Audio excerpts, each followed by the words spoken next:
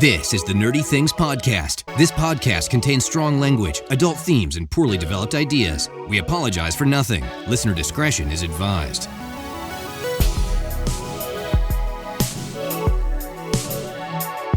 Hello, everyone, and welcome to episode 25 of the Nerdy Things Podcast. I'm one of your hosts, Kevin, joined as always by Jules. Hey, Jules. Heyo. And by Tim. What's going on, Tim? Smoothie. Yeah. What kind of smoothie is it? You didn't even say. Blueberries, strawberries, spinach, a little bit of milk, and a pint of Halo Top ice cream and a banana. A whole pint of ice cream? Yeah, it's Halo Top ice cream. The whole pint has 280 calories, 24 grams of protein, and only 12 grams of sugar. So it's kick ass for smoothies. Great. That just seems like an awful lot of stuff to be putting in your belly this early in the morning. Well, it's breakfast, and then I don't eat lunch. It's great. Oh. Okay. Plus, you heard it earlier. I was ready to let the world burn, and now I'm in a jolly good mood. Yeah, Tim was ready to get in a fight with anyone and everyone earlier today, and then he had the hipster version of a Snickers, a smoothie. So yeah, I don't know, whatever. Me and the other two nerdy boys aren't too happy, particularly this morning. It's pretty interesting, but we'll do it. We're doing the podcast for you guys because it's 25. We're going to have a fight. We're going to fight. We're a quarter of a century old. No, 25 episodes, and we are definitely going to have a fight today. Yeah. Well, Jules has a constant buzzing in his ear, so pretty much 15 minutes from now, it's going to make him snap, and he's probably just going to start screaming. No, it's fine. He can't hear himself. He can just hear the buzzing. Oh, no, wait. That is going to make him snap. Yep. Yeah, that's pretty much what's going on right now. And it feels really weird to be talking and not being able to hear myself. Anyways, so you're here. This is episode 25. We do nerdy news at the beginning if you're new, and then we do a main topic at the end. So the main topic this week is going to be top 5 gaming franchises. We haven't really got into a whole lot of gaming lately, so we decided to do some more gaming today. So we're going to talk about our top 5 gaming franchises, and we'll get into that a little bit later, about midway through the episode. And yeah, just look forward to that.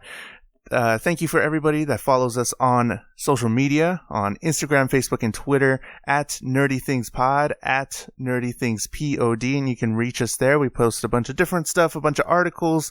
You can tweet us, you can talk to us, and all that stuff there, and it's pretty cool. So go follow us. They're all different, so go do that. We have nerdythingspod.com, www.nerdythingspod.com. And that's a hub for pretty much everything that we have. So you can go to our Patreon from there. We have new exclusive content. You can get some merch from us there. You can go see the articles that we're going to talk about in the nerdy news section. So all that is there. Just go to nerdythingspod.com. And what the fuck was that? nerdythingspod.com. And you can go to everything else that we're doing. And yeah. That's pretty cool. So I want to talk a little bit about our new tier on Patreon, and what our Patreon is and what you can do from there. Because if you're new here, I know we have a whole lot of new listeners. You don't really know about our Patreon. So what does Patreon $1 tier get us, Kevin? $1 gets you early access to each episode as soon as I get my lazy ass around to editing them. So yeah, they're generally a whole day early. We record this a little bit earlier than the Thursday release. So if you want it, you want to be the first one to know, want to be the first one to hear it, be a patron at the $1 tier, and you get all the exclusive content as well that's on the feed. So we post a bunch of exclusive content. I recorded something yesterday. The guys record every now and then. We do some new content just for y'all, just for their patrons, and you get access to that as well. And at the $2 tier, which is very new, which we just changed, what is at the $2 tier? $2 tier gets you the ability to tell us to do one thing: read a book, watch a movie, play a game, and then give you our response in either video, audio, or just emojis. I don't know, middle finger, if you're close enough, will show up at your house. That's not a threat, just so you know. So yeah, the $2 tier is pretty cool. So you suggest one thing for one of us to do. You don't get to pick who does it. It's just kind of like, well, I have access to this, whatever. So $2 tier, you get to pick something, some form of media, and we have to consume it, and we have to do a video or an audio for you, and we'll put it up on our Patreon. So yeah, you get to decide the fate of our week, I guess, or month. So that's pretty cool. And at the $5 tier, wait, guys, hold on. Yeah, what? Imagine somebody pays the $2, right? Okay, a few people have, yeah. And they suggest that we do something, and then I'm the one that does it. What a letdown for them. It sucks. All right. But that's the risk you take, fellas and ladies. Let's pay us money. That's not a good. You're not a good spokesperson. That's why I'm not asking you questions. This is why I'm the chief executive asset. There you go. The $5 tier, what else do we got, Kevin? You get to see and hear how the sausage is made. We give you access to the Discord server we use when we record, so you can listen in and not do anything else. You get to not talk, and you just get to sit there. Maybe you can type. Who knows? I'm not sure how Discord works anymore. Yeah, me neither. So you get to be in it when we're actually recording. You get to hear all the stuff that we edit out, all the outtakes, the before stuff, the after stuff, everything we say and all that. So you get to be there for that. You get to witness all that and hang out with us. But we won't let you talk. That's not a thing. Not until the $10 tier. What's at the highest tier?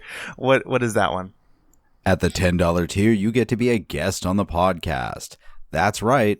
For $10, you get to speak. If you're interesting, we'll talk to you for a while. And if you're not, we'll let you speak and then boot you. Yeah, there you go. So $10 tier, $10, you get all the previous stuff. You get access to the Patreon feed for all the exclusive content. You get to have us do a thing, and then you get to be on the show. So we'll talk to you.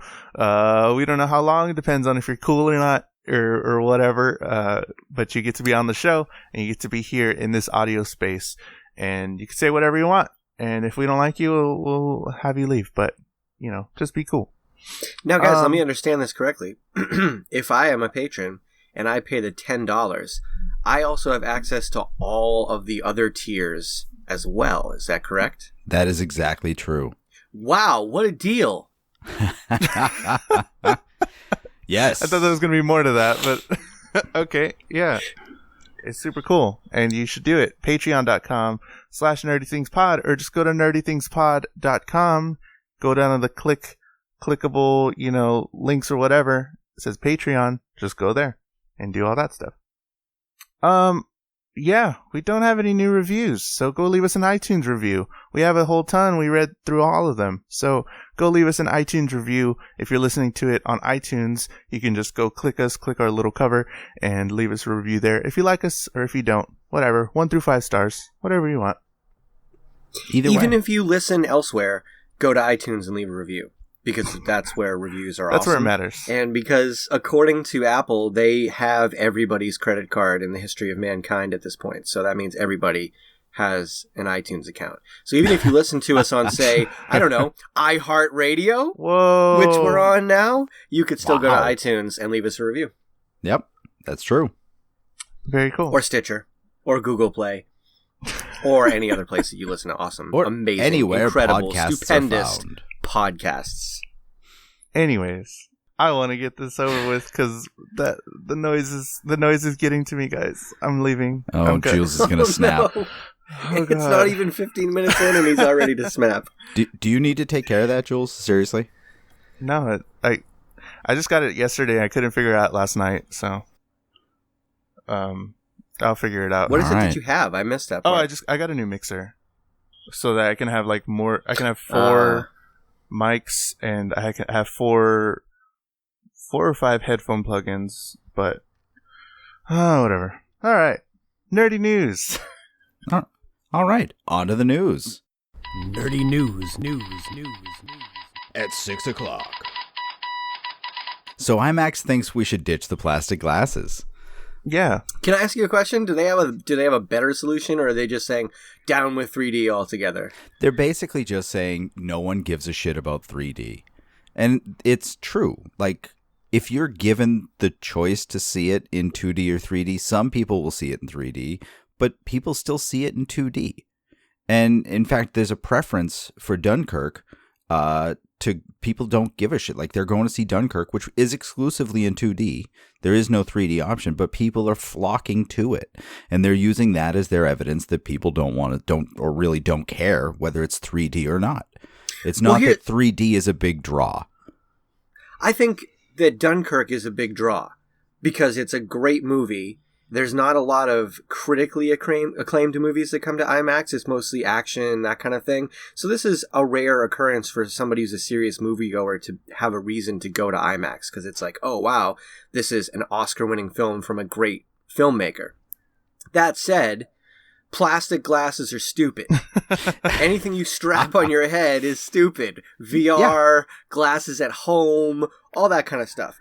I'm willing to make a concession to do it at the theater, because I do think certain movies are more enjoyable in 3D if it's a giant screen like that. When you're at home, unless you have a 110-inch projection screen, which some people do, like myself, I would use it for 3D. But if you've got a 50 or 60-inch TV, you're not going to strap glasses on. And this goes back to my whole thing with VR. We need to create a way where people can watch these things comfortably. So if there was a way to watch 3D and it was comfortable, I think people would go see 3D. People don't like putting extra eyewear on, and nerds wear glasses. Ooh. Nerds go see 3D movies. I wear glasses. I don't like putting glasses over my glasses, so I have to specifically put my contacts on to go see a 3D movie, otherwise I'm pissed. So have you done that? Have you that's been like the thing against you too? Have you been like, I'm going to go see a 3D movie today. I better put on my contacts today. Seriously, Yeah? If I'm at work, right, and I want to go catch 30 minutes of a movie during my break or something, our building is really dry, so I can't wear my contacts for a 12-hour shift. If I have my glasses on, I'll go into the break room and put my contacts on to go watch the movie in 3D. Because I don't want to put glasses over my glasses. It's stupid and uncomfortable. It's a pretty terrible hassle. I that's why I don't go see 3D movies, because I wear glasses all the time, and it's like, I've done it a few times, and I'm like, oh, this is not cool. Like, I bet if someone looked at me like while I'm doing this, they look fucking lame. And like, what's up, 6 eyes? Right? And where have those glasses been? Like, does anybody know? Like, well, generally there's two types of glasses. You're going to get the ones that are disposable, that come in the little package, that are brand new, or you're going to get the ones that they have a giant washing machine out back that they put it through. Yeah. Neither of which is really good, because the cheap ones that you toss, they hurt. I have people have seen pictures of me. I have a cartoonishly big head, and those glasses do not feel good on my head. By the middle of the movie, whatever it is, I have such a headache from those little plastic prongs pressing near my ears that I just want to cry. It's like a buzzing in your ear that just won't go away, that's slowly driving you mad. See, now I have a child-size head, so when I go to 3D movies where they only offer one size glasses, I don't like it. But when I go to like real 3D movies, they have the child-size package you can get. I get those, and I'm very comfortable. And I have a medium-sized head, and I fit just right. Wow. So yeah, IMAX, get your act together. Just get better glasses. Find a way to project on the screen where there's no glasses required, then people will like 3D. It's not 3D itself, it's the headwear that's the problem. But I mean, to your point, like, you're going to see 3D in a theater, but you're not going to really watch it 3D at your house, because most people don't have that capability. So then why are they going to gear movies towards 3D? Like, I still think it's such a gimmicky thing. I still think that movies that are in 3D, most of them don't have to be in 3D, and they're still spectacular. You don't even notice that they're in 3D. Or they're the type that are like, My Bloody Valentine or something, where there's something coming at the screen, and that's the 3D aspect of it. Like, they're playing it up. It's almost like the Honey, I Shrunk the Audience ride that used to be at Disney, where things just kind of shoot out into the screen, but only if you're looking at it, and only if you're at a certain angle, and blah blah blah. So I'm with this. Get rid of the 3D. Yeah, and then whenever you watch a movie that's in 2D, like at home or something, and you notice that like that one scene that's coming at you, and it's like, oh yeah, this movie was supposed to be seen in 3D. That's why they did that, because it's like super gimmicky, and they're like, oh, we want to make this a 3D movie, so let's put in these certain scenes or whatever. Like you said, My Bloody Valentine, because I remember that one that I watched it in 2D, and I was like, huh, what's up with this movie? Why is there a lot of shit coming at me? Yeah. So. Well, that's why I'm kind of glad that like Star Wars and things haven't gotten into the 3D. Like I realize that Marvel and all of them have, but a lot of the other franchises are just kind of staying away from that. But wouldn't Star Wars the last be Star Wars fine was with in me? 3D. Yeah. Was it? Yeah, and I saw it both ways, and I preferred it in 3D. Yeah, I was gonna say, wouldn't Star Wars be the man. one movie that would be super good Yeah. in 3D with all the lasers and shots and all? This is the thing. I'm not against 3D. I'm actually really pro 3D if it's done right. Like I think you need to shoot the movie thinking it's going to be in 3D instead of just doing it in post for the hell of it. Right. Or just certain movies lend themselves. Movies in outer space are better in 3D. Like Sure. if I'm going to see a serious drama, I don't need to see it in 3D. So I'm No, not because advocating then you're for just all getting movies. someone's face. But you're right. The 3D. And see, this is to my point. I didn't even remember that Star Wars was 3D because it was part of the movie. So it takes some of the wind out of my sails. But I'll give it that point. I mean, I saw it in the theaters both ways, and I preferred 3D. But I get why 3D became a thing, and I can see why they really should want it to still be a thing, because you need to create reasons for people to go to the theater. With how quickly content, we talked about this, how quickly content comes to video or DVD or however we're going to phrase it, or streaming, there needs to be a reason to spend the money to go to the theater in the first place. I forget what director it was recently that gave an interview, and they talked to him about why he hasn't gotten involved in Netflix original movies. Who was it? I can't remember. But anyways, his point was essentially Netflix original movies are stupid. That they've gone about it all wrong. No, he's like, Netflix original television programming is great. He says, but movies, if you're filming a movie, the reason why you do it is to have it shown on the grand scale. The idea when you create a movie is, what is this going to look like in a cinema? It's a bigger, grander experience than you get on television. And Hulu, he said Hulu does it right. Hulu has gotten into the movie business, and they release their movies in theaters. Manchester by the Sea, Oscar-winning movie, backed by Hulu, released in theaters, then goes straight to Hulu. He says, I would get on board if Netflix wanted to give me creative control and we were going to release my film on the big screen right before it went to streaming. He said, but the whole point of film is to see it in this big grand scale. And I think that you need to give people a reason to go. And, if you can do 3D really well, that's a big draw. Oh, hey, I got to go see this movie because it's going to be in great 3D. It just needs to be more comfortable and more practical. I think that's what pushes people away from it. Sure. I mean, I think we do need glassless 3D. I don't know how that's going to happen. I'm not a magician, but I think we need to lean to it. Well, the Nintendo 3DS did it. Yeah, but that was a one-person, one thing, and that was because they used the camera to tell where your face was, and they could adjust it based on your face. You're not going to do that with 500 people. Right, so they just need to figure it out on a bigger scale. You can't. Okay, you know what? Yeah, you're absolutely right, Tim. You've nailed it. Figure it out. To be honest, the 3DS is super cool. I really like it. Oh, God. This is how Steve Jobs got things done when he was alive. He just looked at people and go, get it done. And they'd say it's impossible. And he'd say, I don't care, get it done. And they'd that's do just it. James Cameron was working with this on the Avatar sequels, trying to get, I think it was Weta and someone else, to do the glassless 3D for the Avatar sequels. Mm-hmm. So maybe we'll see that, because they are working on the quote-unquote even more ambitious Avatar sequels. Ooh, what does that mean? Yeah, tell us about this. Even more ambitious, you know what, than... honestly. Oh, man. Even more ambitious. Can you imagine it? It's I can't quite imagine amazing it, that they're going... all I've seen was the first movie, and they haven't shown anything else. So, my expectations are as low as they can be. So, let's see. Let's wait. Well, hey, calm yourself, Jules. It's only been 8 years. So, they're working on them, and it's going to cost, I don't know, millions and millions and millions of dollars for no reason, because they're not going to make their money back. Actually, sadly, I think they will, because I'm sure these movies are going to be beautiful.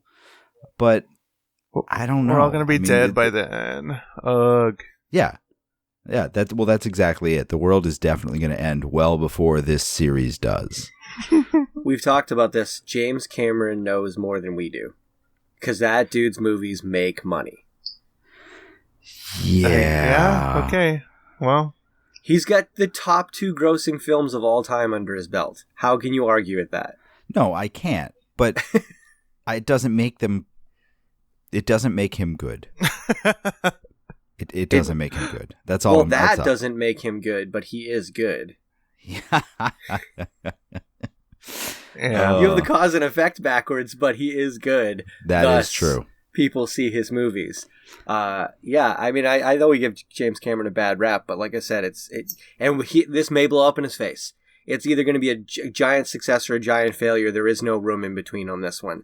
But his track record shows that he's more in tune with what people want than most any other filmmaker in history, perhaps. Sure. So we'll see. So in that vein, what about Ron Howard? How is he as a director? Where would you score him?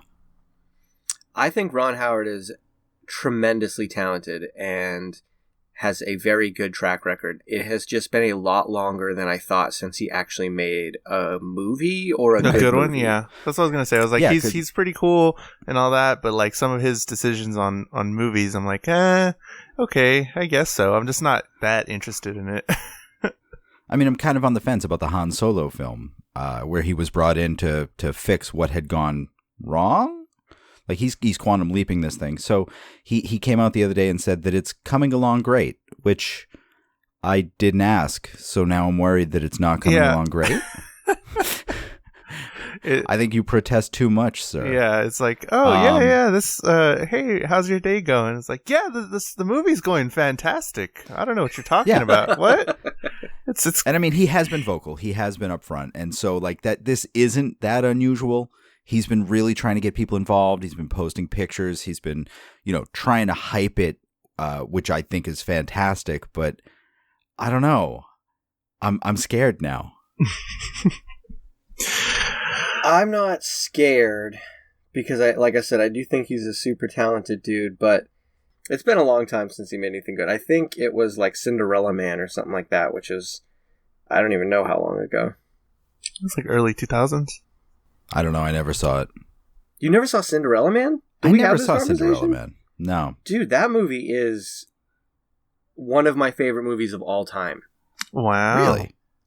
It's a boxing movie, but it's not a boxing movie. Mm-hmm. Russell Crowe gives a tremendous performance, and it really is the story of a guy trying to make it in the Depression.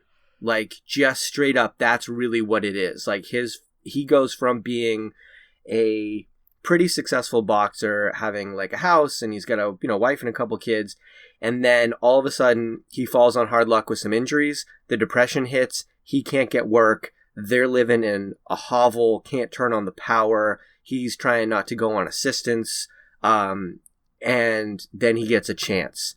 And it's less about the boxing and more it is about this guy who's just trying to make it in one of the toughest eras in U.S. history. And it is really powerful. And Paul Giamatti plays his manager and is absolutely spectacular. One of my favorite movies of all time. All right, I'll have to watch it. I actually watched the first 2 episodes of Friends from College last night at your recommendation. Really good show. In fact, for anybody listening, there will be a review from Tim up on Patreon later today. Cool. I'll check it out. Is it going to be spoiler or is it spoiler free? Mostly, it's a little bit of spoiler, but mostly spoiler free. I mean, I think at this point, Tim, you said you'd only seen the first 3 episodes or so. I think I'm at 4 or 5. It was mostly spoiler free. I gave away a little bit of a plot line, but I think they get into that in like the first 10 minutes of the show. Yeah, so I don't think I was spoiling anything. It was less of a review and more of a Fred Savage infomercial. Cool. I'll check it out then. Yeah, worth checking out. Mm-hmm. I mean, you were just talking about boxers. There's been a weird like flip in wrestlers into movies recently. Have you guys noticed any of this? I mean, we've had The Rock for a while, but we're seeing more from that because he's going to be in the new Jungle Cruise movie, which just got a director who was being eyed for Suicide Squad 2, but passed it over. And that's, I don't know how to pronounce this, Jaume Collet-Serra, who's been tapped to direct Jungle Cruise. And then you got John Cena, who was just cast in the Bumblebee spinoff. And Dave Bautista has just been attached to the Eternal Warrior comic book movie. So what I think goes on is because they have to look good. That's their presentation. They don't have to be, strong. So they're strong. Yes. I'm not going to fucking go in a fight with any of these guys, but they have to look the part and they have to look good and strong and all that stuff for their acting on the show, on wrestling, WWE, WWF way back in the day.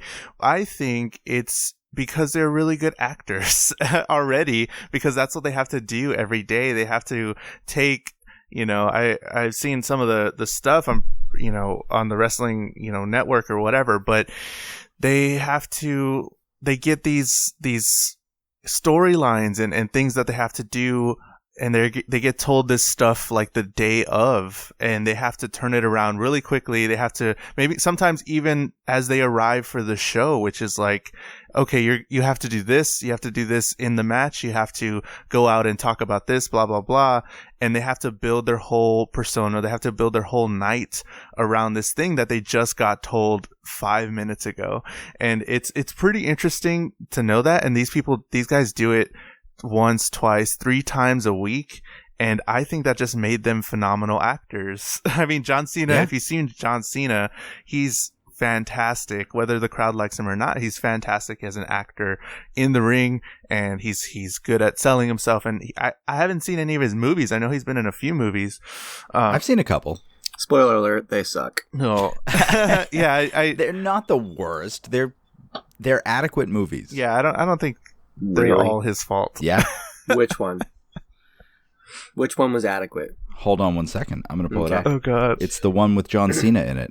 Yeah, exactly. While Kevin looks, I'll say this. I'm not going to call wrestlers great actors because wrestlers are pretty cheesy. And I'm not going to call this guy a pioneer, so to speak, because there have been wrestlers trying to be actors, real actors for years. But The Rock has changed the game for people in that genre if they're good enough. Because when The Rock first came into the movie world, they thought so little of wrestlers as actors that they put a wrestling scene in his first movie, which was so ridiculously absurd. I never liked They do that a wrestling. lot. They do that a lot whenever wrestlers go through. Have you seen The Scorpion King? Yeah. Oh. Yeah, this is my point. I know that they did that a lot. And I think that speaks to how little they thought of wrestlers as actors. They just said, well, we'll put a wrestling scene in the movie so they can do their thing. And that, then the audience will relate. Like, it was a gimmick. I mean, The Scorpion King had no business having a wrestling scene in it. It was ridiculous. Mm-hmm. And I left there thinking, wow, what a tool. This guy's such a terrible actor that they had to put a wrestling scene in the middle of the movie. But then The Rock took the part of the gay personal assistant of Vince Vaughn, who's a rapper, in Be Cool, the sequel to Get Shorty. And it was so out of character for him, and he was so funny in it that I'm like, okay, I think I'm on board. And now the guy is a legit superstar. And we're talking about a dude who, when he first was in film, the directors even told him, you can't be so big. You need to slim down because you're too imposing to the characters that play opposite you. Mm-hmm. And then once he established himself, now they're like, dude, get as big as you want. People love it. Yeah. Get huge. Like, The Rock's bigger now than he was 20 years ago. Yeah, and I'm not talking about from a movie star bulk standpoint. He's huge. So I think he's opened the world to these guys. It's their job to now take advantage of it. And I think, for example, John Cena hasn't. And I think on the other example, Bautista has so far. I mean, he was the star of the movie in Guardians of the Galaxy 2, and I think maybe he'll start getting more shots. So it's up to them to take advantage of it. But any wrestler at this point that has the opportunity to get real acting parts more or less owes it to The Rock. Yeah, no, you're right. I mean, The Marine is the one I was thinking of. That was actually not a bad movie. Oh, yeah. Meh. He was also in Daddy's Home with a small part. He was the cool dad in that. Yeah. And he was fine in that. But I think, we'll see what happens with that, with the Bumblebee movie. I'm not excited about the movie. Apparently it's a much younger cast, so I think he's going to be the old fart in it. But we'll see what happens. Bautista, that's fine. I have no idea what that comic book is, but I'll definitely probably see that movie. and I just love The Rock. Like I would cuddle him if I could. I'm with you, dude. I think The Rock is an amazing dude. Yeah. In all respects. I really enjoy Ballers. I don't know if you've seen it. I think it's on HBO, but he's like leading that whole series, and it's in season 2. It's an HBO series, and he's just like super fantastic in it, and he's doing so many movies and all that. So yeah, I think I agree with you that The Rock paved the way for these other guys, and now maybe directors are looking at wrestling and being like, well, is this guy pretty good or what? We already talked about how The Miz or something's gonna be a thing, right? I guess they're looking towards those guys now, and those guys are looking outwards because the WWE doesn't really pay them that well for what they do. So yeah, that's all I gotta say about wrestling and actors. Yeah, there you go. I mean, I mentioned a comic book movie with Bautista. Marvel just unveiled its 1 million BC Avengers. You guys see anything about this? No, but didn't they make that movie with Jack Black like 15 years ago? and Michael Cera? Michael Cera, yep. Yeah. That they did. No, these are sweet looking Avengers that are apparently going to be in a I think it's Marvel Legacy #1. And it just shows like Ghost Rider of 1 million BC, and he's on a woolly mammoth. Mm-hmm. Yeah. And then you got Black Panther, who's this dude wearing like a panther skin. Phoenix, Iron Fist, who is this woman who's just wearing rags and her glowing fists. And then Agamotto, the All-Seeing. Yep. And Odin. And there was one other, I think it was Starbrand, but yeah, looks kind of neat. Like I'm kind of interested. I can't wait for this to come out so I can read it. Yeah, this is crazy. This is like super cool. It looks really cool. You know what? I might read this. Okay, yeah. but what? Because I've never really read comics, and this is one that I could kind of jump into from the start. Well, I think this is just probably going to be a one shot, which... Oh, bummer. Nah, listen, I was thinking earlier today that we definitely should do an episode on comic books where I will put together a primer for you and get you into a couple that we can talk about, because there are some awesome comic series out there, and there's some awesome stuff happening. Sure. I'll do it. I'm into it. Awesome. So I'll work on that. And have we said... But I just think these look so neat. Oh, yeah. Have we said... This is why you're the lead content creator. There you go. Jules, did you have anything that you wanted to add? I know you were going to look into video game news and bullshit. No, there was nothing. There was nothing. Nothing? I heard World of Warcraft gold is worth more than Venezuelan money. I heard that. Yeah, that's weird. Yeah, apparently some guy from Venezuela was looking into gold. WoW token can be bought for $20, and in the in-game auction house, it's currently worth $83.85 gold per dollar, which... If you do that conversion to Venezuelan currency, the Venezuelan currency comes out to be 84.93. So basically, the gold is worth more than Venezuelan currency. So I'm just picturing some sort of like black market exchange system where people in Venezuela have to buy things in WoW before they can do it just to get the most out of their money. So they have to like log into the game, go to the auction house in WoW, buy a bunch of gold tokens, and then translate that into real currency in the real world just to be able to eat. I would like a burrito. Oh God, that is 52 World of Warcraft gold coins, please. Right? No, seriously. You imagine that? Like that'd be kind of weird and kind of interesting to like have Android wallet where you can pay with gold coins from WoW. Oh, that's pretty cool. We all thought Bitcoins was the next thing, but no, it's World of Warcraft coins. WoW gold, yeah. Wow, that's pretty interesting. Yeah, you have a WoW card, your premium WoW card. Right? With all your gold stored on it. There is absolutely no reason this couldn't be the future of currency. That's pretty cool. I'm down. I mean, I don't play, but I'll buy stock in it.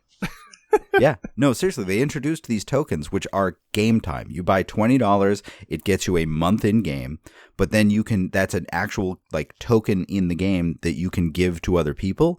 And so you can sell it for gold, which is why this is, working. So you can put it on the auction house in WoW.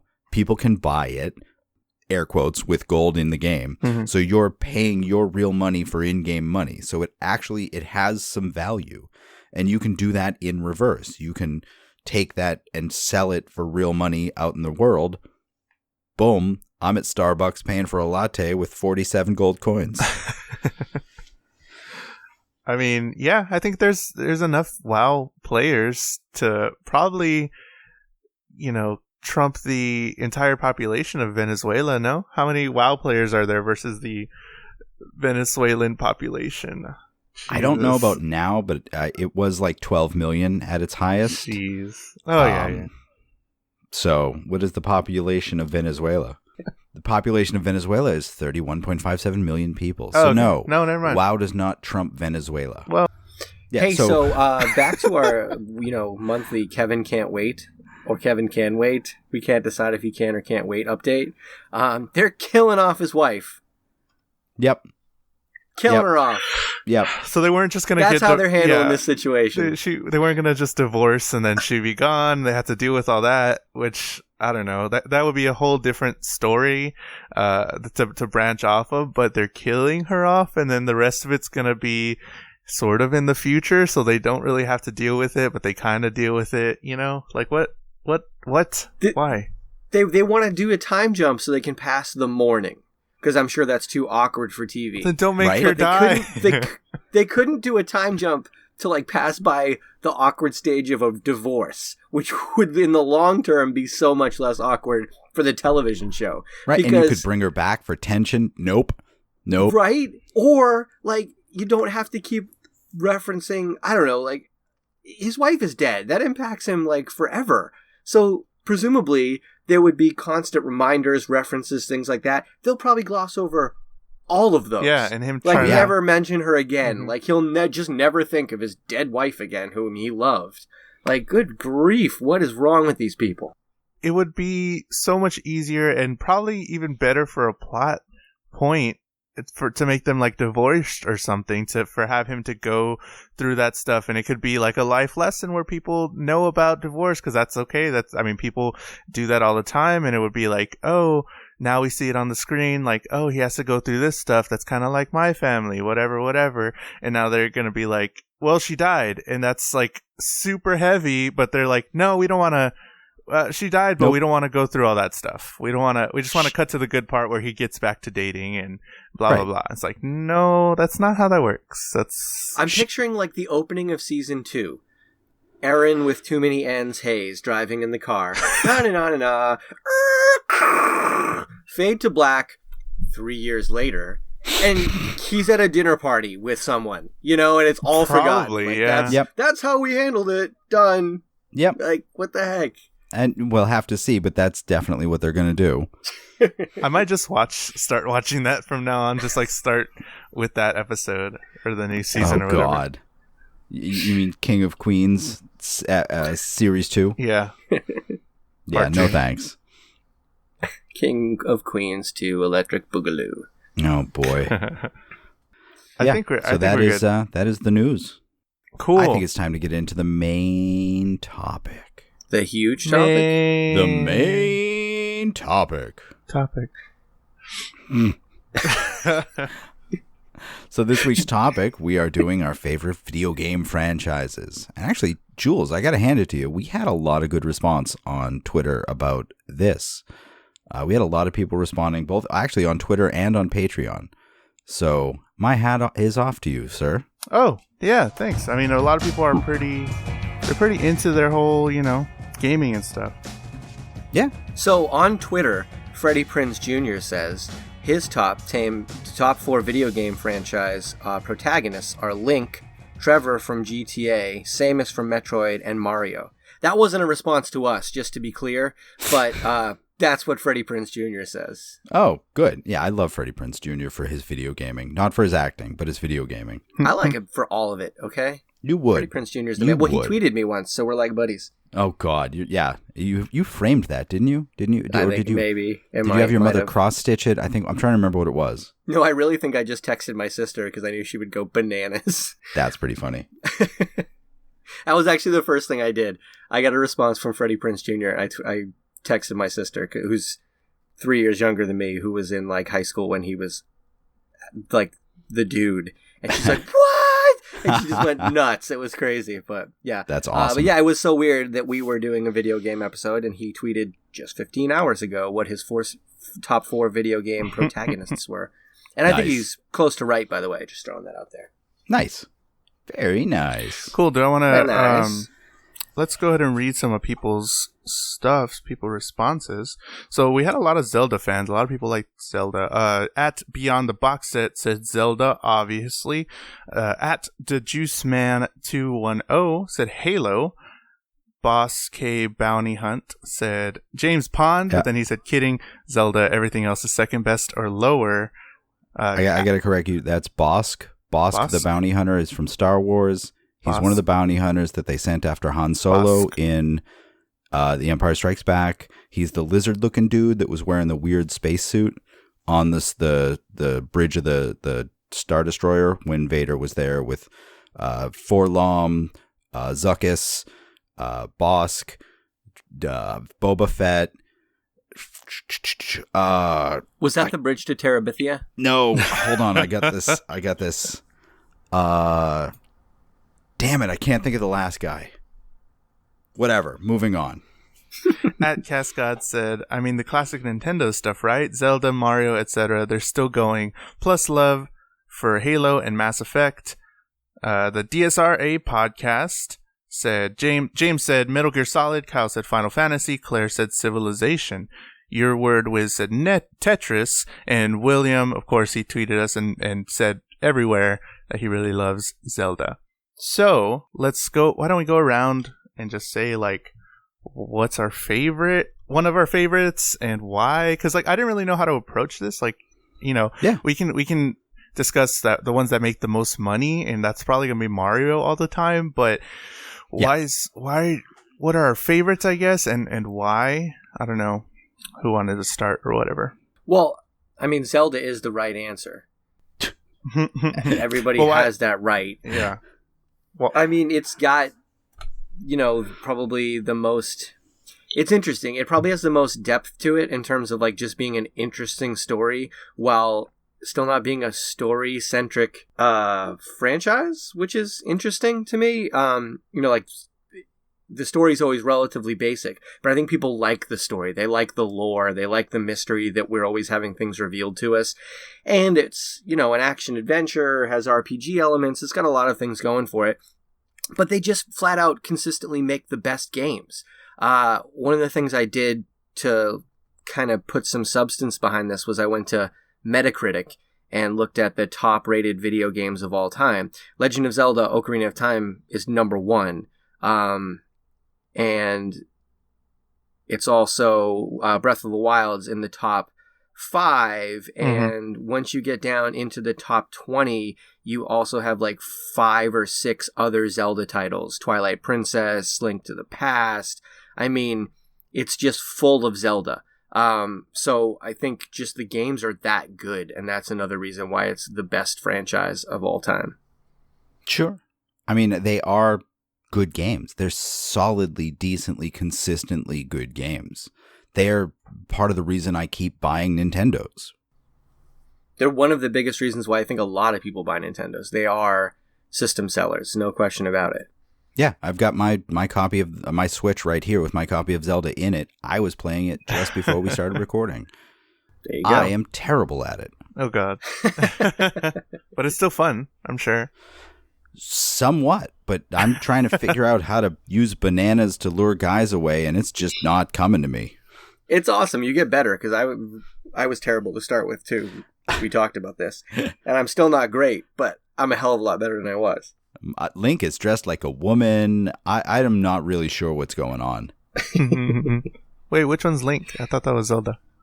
No, Link is the protagonist. He is a boy. But I am dressed like a woman, and I am running around the desert throwing bananas at guys. Nice. Are you sure you're not playing Donkey Kong? I am not sure anymore. I thought I knew what was happening, but maybe I picked up the wrong game. Speaking of Metacritic, I want to throw another one out there that's just weird to me. The number 2 rated game of all time. It's a tie. So 99 is Legend of Zelda: Ocarina of Time. That's number 1.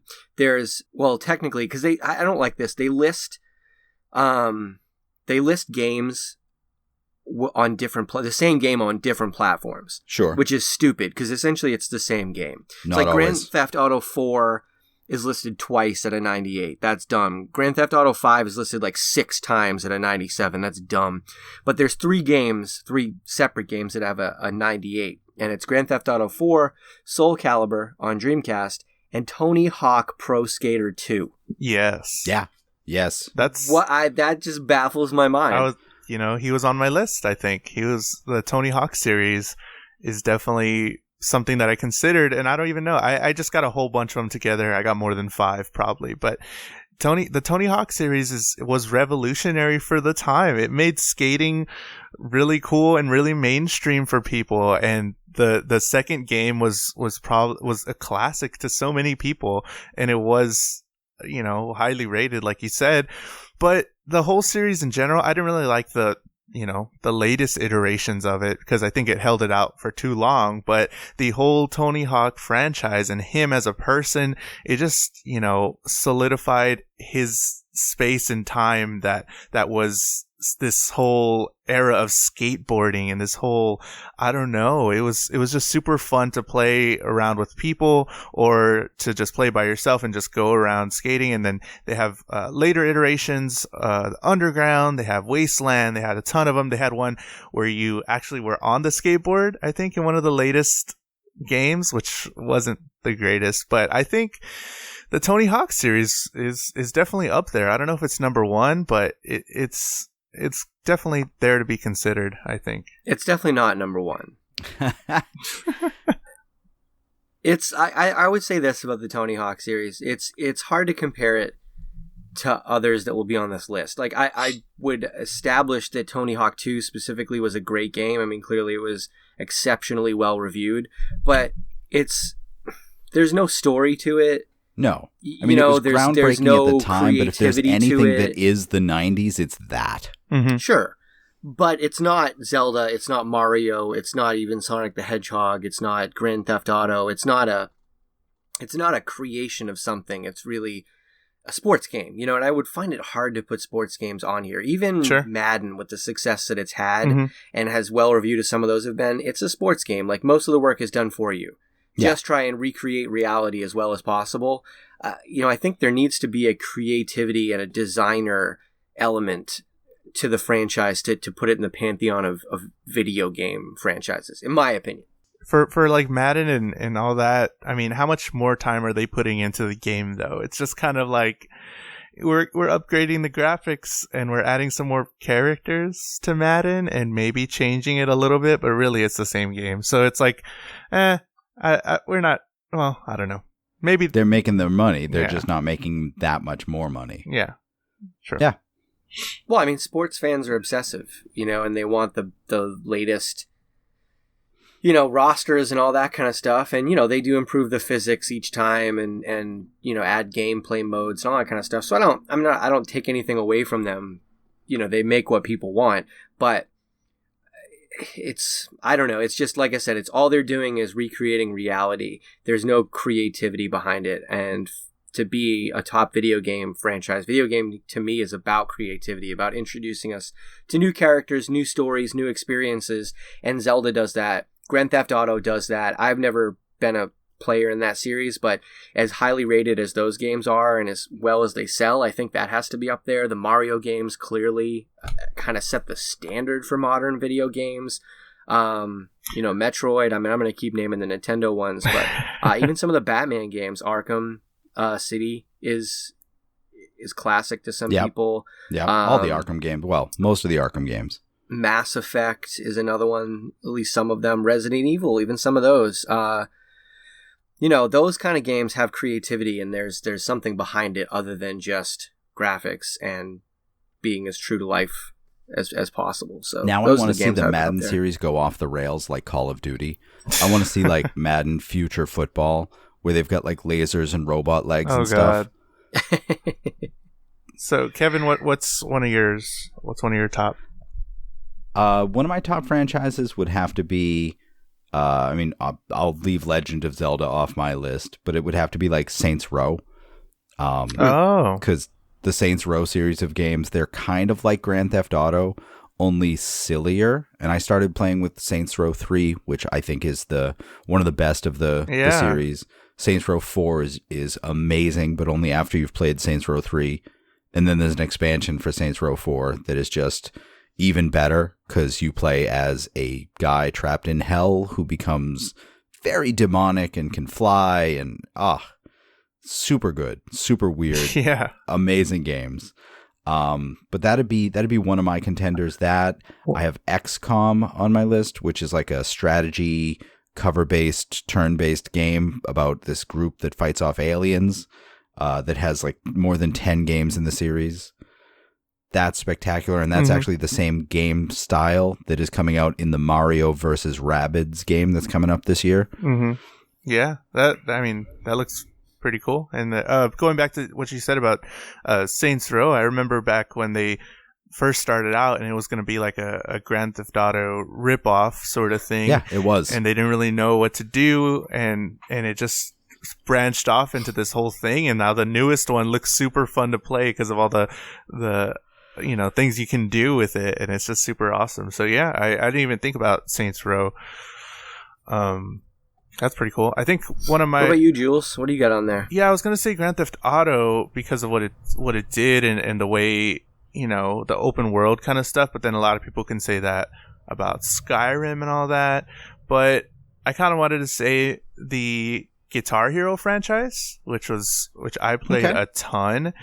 Guitar Hero over Rock Band because I guess Guitar Hero came first, but Guitar Hero just kind of just made this whole music genre what it is now and what it was. It launched it into the ground eventually, but it was just super fun to play. You had a actual guitar, not an actual guitar, but a plastic guitar that you would play on, and you get to play with other people. They had, if you look into the making of the songs, they couldn't use the real songs for these things because they didn't have enough money for all the licensing. So they had musicians replicate it almost exactly for the very first game.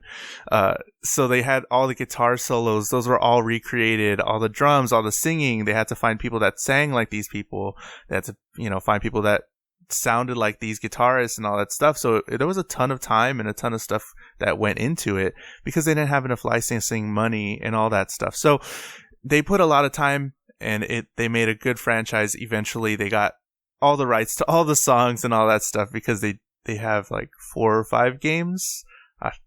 I stopped playing. Oh, they just released one last year, but nobody likes that one. But it was a really good franchise, and it launched this whole music game thing, and they did it right, and it was super cool. So I'm going to say that.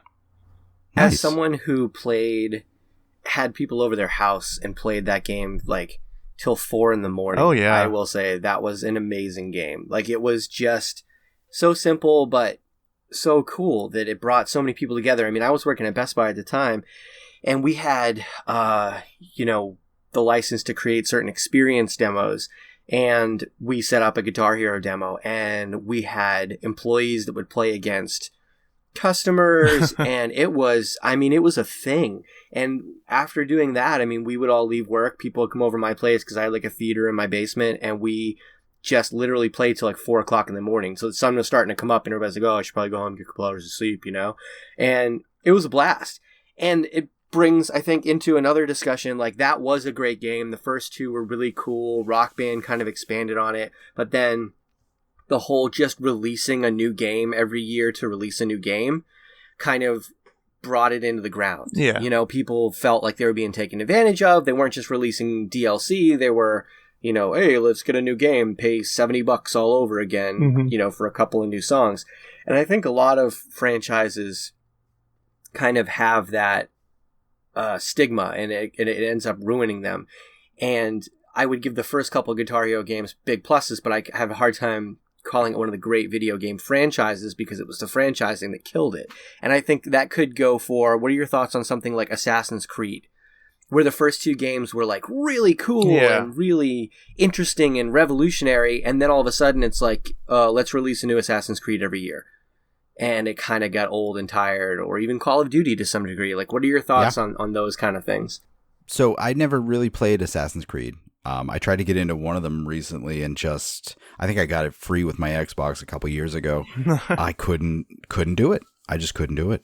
Call of Duty, I think you have to kind of commit to because of a couple different reasons. Because they're going to release that DLC expansion crap every 3 months. And so by the end of a year of playing, you've paid for the game twice.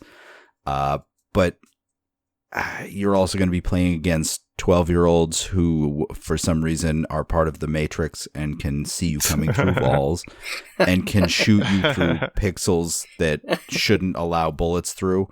And so it's one of those like most frustrating, awesome things you can experience.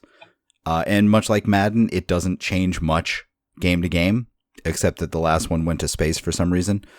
But yeah, I mean, I don't know. It is a commitment, and it is something I have played in the past, but I don't know.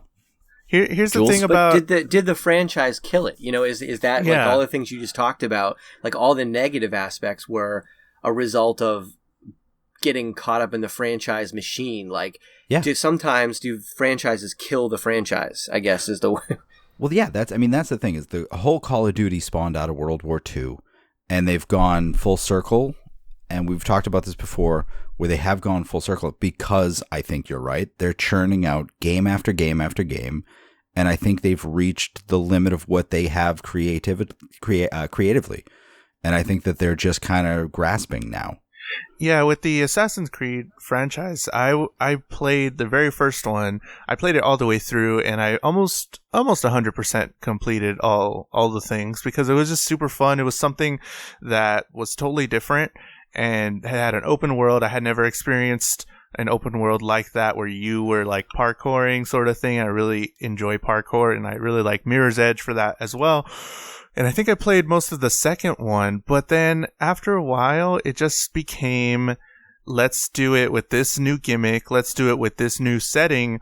And like you were saying, it came out almost every year. And, you know, it's okay if they put a lot of time into it. I can tell they put a lot of time into it, but it still had glitches. It still had a ton of bugs. Some of these games aren't playable because at launch it was just way too buggy and you couldn't do anything with some of the, I forgot which one, but I remember one of them specifically is just like, whoa, this wasn't ready. And I don't know why they released it, because they're caught in like, oh, we got to get this one out. We got to make this new thing this year, and we got to be that whatever. We got to be on top of it every year. And it's just like, no, it's okay if it's not ready. We gotta, you know, I would rather respect a good product than you getting me out this new game with new character skins or multiplayer. The multiplayer aspect added to it somewhat, but not enough for me to say the entire franchise is good.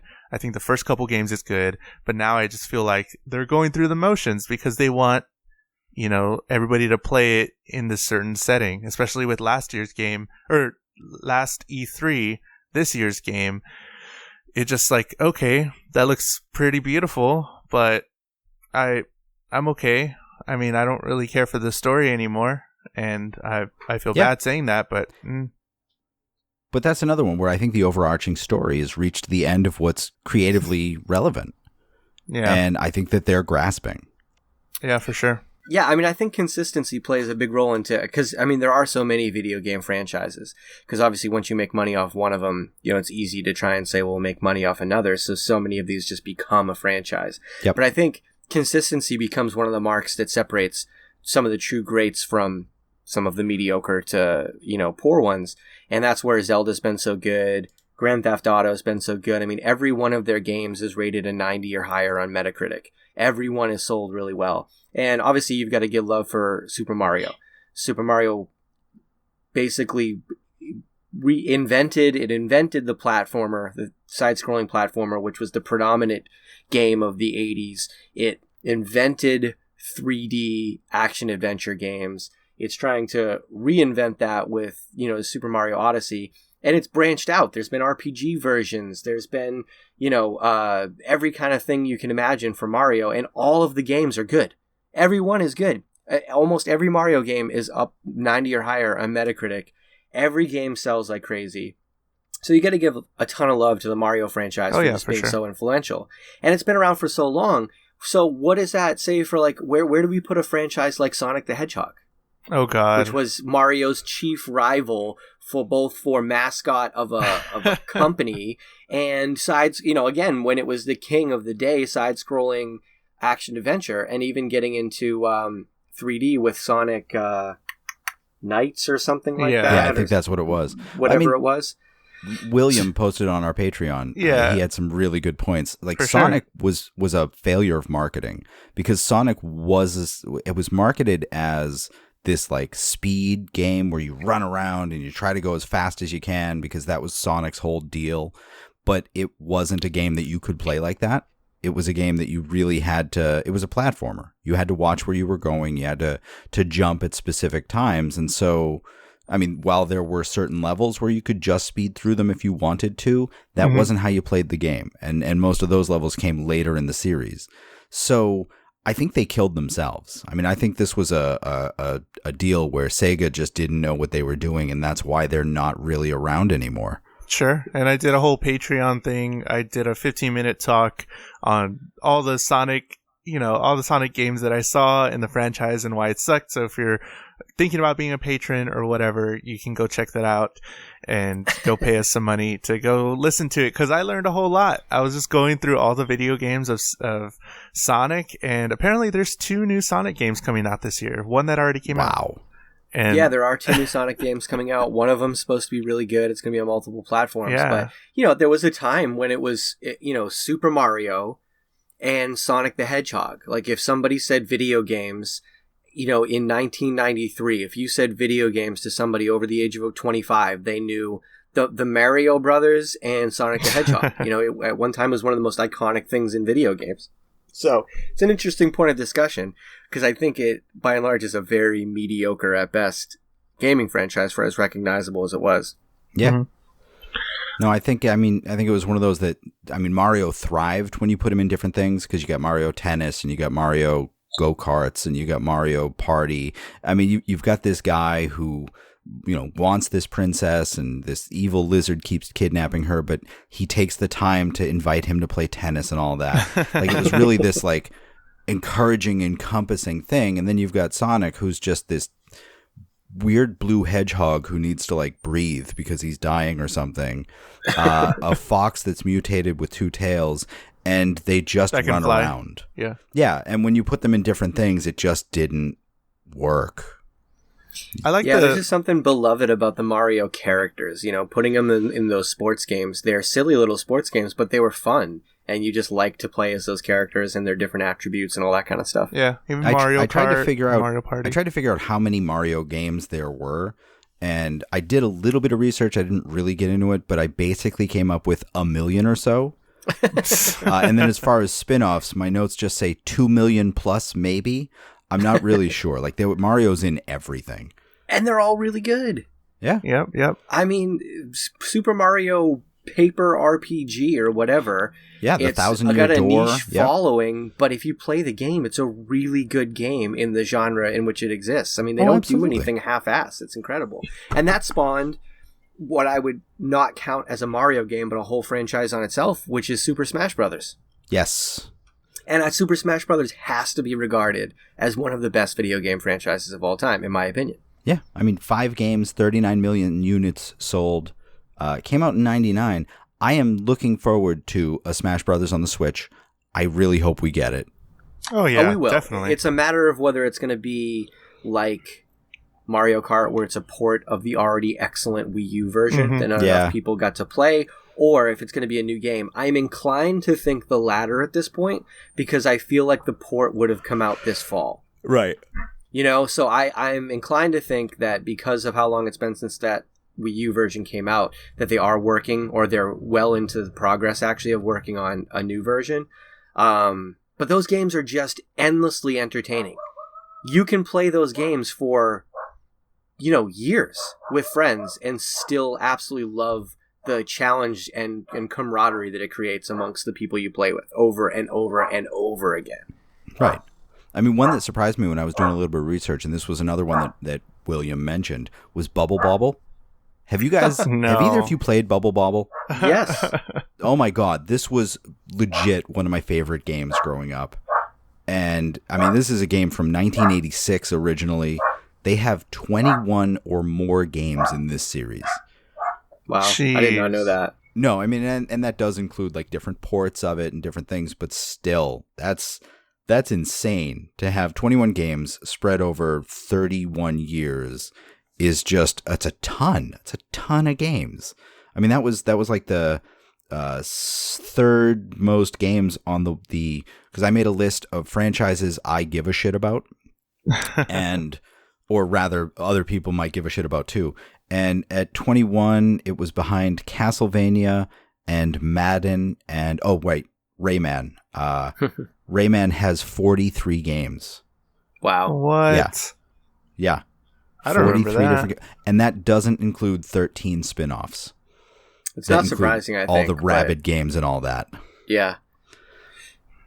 So somebody mentioned it on Twitter, and I read it a little earlier. What do y'all think about the Metal Gear Solid franchise? That's going from the completely different direction that we were just talking about. This is all story driven. This is all writer driven. Or do you think that it ran itself into the ground because of how story driven it was and how much story there was? Because I remember in like the fifth one, or what was it, the fifth one, the Phantom Limb one or whatever, you had to watch cutscenes, or you got to watch cutscenes, whatever side you're on that, but you got to watch cutscenes for like 15 minutes, 10 minutes, 15 minutes, just like watching these, characters interact and story unfold.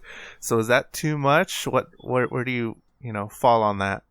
A lot of love for that game. I never really got into it, but there's a lot of love for that game out there, critically and as far as fans go. So it's gotta be high up. Based on a lot of reaction that I see.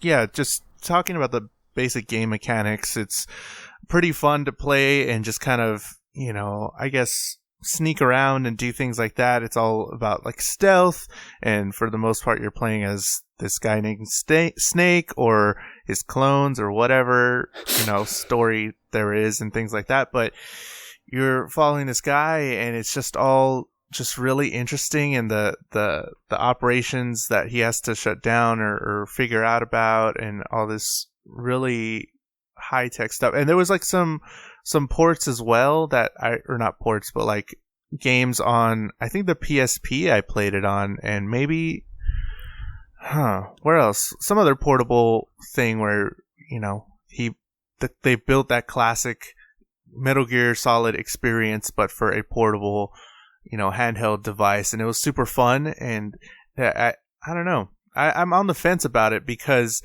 I do really like it, but I think towards the end they just need to stop already. And yeah, I think we're good. I think we're all set. I realize a lot of people love the new Metal Gear. Mm-hmm. I played 10 minutes and I just can't stand it. There's just so much in it that you have to be on top of. And you've got a base of operations, and you've got guys, you have to have this, and you can have them airdrop you supplies, and you got to either sneak around or you got to disable guys. I was done. I mean, I played a little more than 10 minutes, but I got a couple of missions in, and I was just like, I can't do this anymore. Like I have to be this on top of it at work. I can't do this in a video game too. But I mean, that was another one that has more games than I thought. Like in Metal Gear, there's 24 games in that series. And some of them are mobile games. Some of them are, different things, but still 24 games over the last 30 years is insane to me. Wow. All right, so guys, one huge one that we haven't mentioned yet, and maybe this is just not our genre, but Final Fantasy. Oh boy, yeah. Not my genre, but more than 17 games and a million spin-offs. Another one that's been out there for 30 years. I like one of the spin-offs, Kingdom Hearts, which is like the Disney Final Fantasy mashup. That there's a new one maybe coming, because I just got the email that it was pushed back again to late next year, when it was supposed to be December this year or December last year or something.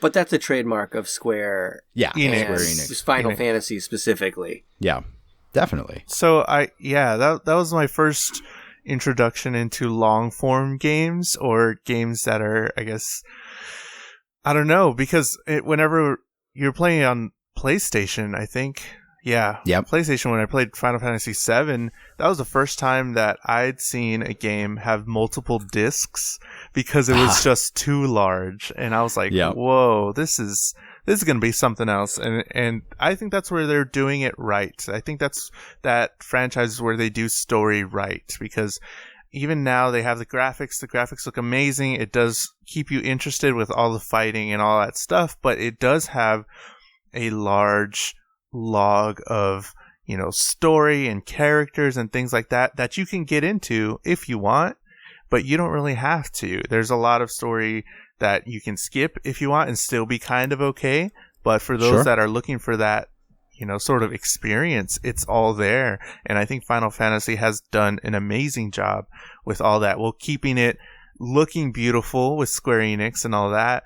And the movie, there's a few movies as well that look so beautiful.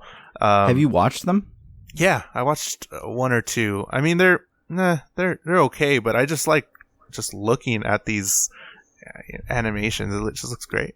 I mean, they're beautiful. They look good, but they just don't. The story doesn't make any sense to anyone, whether you've played the games or not, as far as I can tell. Yeah, I think it's like they just kind of messed up the story, but it was just like, oh, it looks really cool, and yeah. A friend of mine who's a big anime guy actually really enjoyed one of them. I don't remember which one, but he was a big fan of it, and he's very well experienced in that genre, like more than anybody I know. Yeah. And he really liked one of them, so one of them was apparently really good. Oh, I think it was last year on Halloween. I'll probably put up the picture in Patreon, but some guy, he was dressed as Cloud, and he had his Buster Blade, or Buster Sword, which is like that huge, double his size sword that's just like straight iron, and he made that out of like steel or something, and he brought it to the Halloween party, and I have a picture of me holding it while I was really drunk, and it was just super heavy. But anyways, that's a side story. Final Fantasy, I think that's one of them. I think it should be. So I'll give you one of mine. It's one of my favorites. I'm gonna go and say Donkey Kong broad, right? Yeah. Because the original Donkey Kong games in their time were exceptional. They were arcade classics. They were, really solid platformers, introduced us to Mario. There was a 3D game, Donkey Kong 64, which was a Mario 64-esque Donkey Kong game, which was really solid. But the side-scrolling 2D, kind of 3D-ish with what they did, Donkey Kong Country games are tremendously underrated games in the broad spectrum of video games.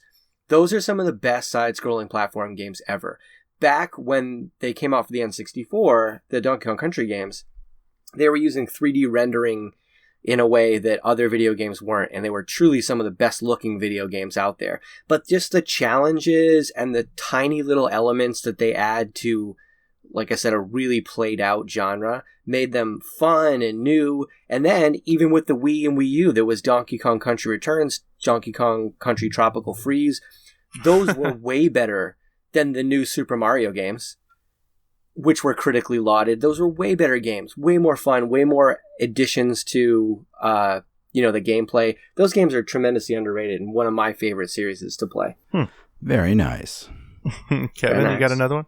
Let me see. What else do I have? Warcraft. Yeah. There you go. Okay, so I had a question. What is Warcraft considered one game, or is it considered multiple games? Because I know they have expansions. Yeah, there's actually 5 games in Warcraft and then 8 expansions. So it's Warcraft, Warcraft 2, Tides of Darkness, I think it was, Warcraft 3, and then you get World of Warcraft, which is a separate game. And then there is also Hearthstone, which is another separate game. And then there's 2 expansions. There's an expansion for Warcraft 2 and an expansion for Warcraft 3. And then 6 expansions for World of Warcraft. So 5 games, 8 expansions, 19 million units sold for it. But I love it. I played the original Warcraft back in the day. When I was in college, we were playing Warcraft 2, and I don't even remember when Warcraft 3 came out, but that was solid. And then I got into World of Warcraft and lost a couple of years of my life. I lost some friends to World of Warcraft, so, Yeah. have a love-hate relationship with that thing, I guess. Yeah. I should say a hate-respect relationship with it. I'm out now. I'm clean. My wife is playing sporadically, but I think she has it under control, so we're doing well. That's we're doing good. well. Yeah. That's good. I'm glad to hear that. Thoughts and prayers. One like equals one prayer. I think I'm good. I think that was all of them. I mean, that are sort of. I mean, there's a ton of smaller franchises that we can talk about, but yeah, those are all the best. There were a million different things. I went through the list today, and it was just daunting. Yeah. But hit us up on Twitter, Instagram, Facebook. Tell us what you love, what we missed. Tell us why we're wrong. Tell us, of course, why we're right, because Zelda is number one. Just give us some feedback on this. Do you want to rank them? Continue this conversation. This is a fun conversation to have, so have it with us. You know what? I don't know how well we can rank them because they're all so different, and we all have different experience with them. Zelda's number one, and then everything else is number two. Yeah. Okay. Cool. That's how the top 5 works now. Top 5. Yep. 1, 2, 2, 2, and 2. There you go. Cool. Yeah. So like Tim said, just let us know what we got wrong, what we missed. Make sure to do that at Nerdy Things Pod, at Nerdy Things POD on Twitter, Facebook, or Instagram. All of our DMs are open. You can add us, whatever. Just let us know. Talk to us. Let us know what we miss. Let us know which game you really love and all that stuff. We want to have conversations with y'all. So go ahead and do that. Go to nerdythingspod.com for all things nerdy news, Patreon, some links to our merch. We have new merch coming out, like we said, maybe a little earlier. We have new shirts and new designs and all that stuff. Go find it, nerdythingspod.com, and click down to the merch tab. And if you want to be a patron, you can do that there as well. Leave us a review on iTunes if you can, because that really helps us out and that really helps people see us and join the conversation. So yeah. I'd like to thank Adipsia for the use of his song Friends Don't Live Friends Go to TGI Fridays. You can hear more of his music at adipsia.bandcamp.com. He just released a new album called The Stoic. The Stoic. And you can find that there as well. And I'd like to thank the Bell Curve for the clip of music we used behind the main topic. So yeah, we'll let you know. I think we're going to do this now. We're going to let you know what we're going to do next week on Patreon, because that's pretty cool. And let our patrons know what we're doing and let them join the conversation first. And then you will know what we're doing on Thursday when we release it. So if you want to know first, become a patron. If you want to hear the episode first, become a patron. So yeah. Fantastic. All right. Talk to y'all later. Thanks, everyone. See you guys. Bye.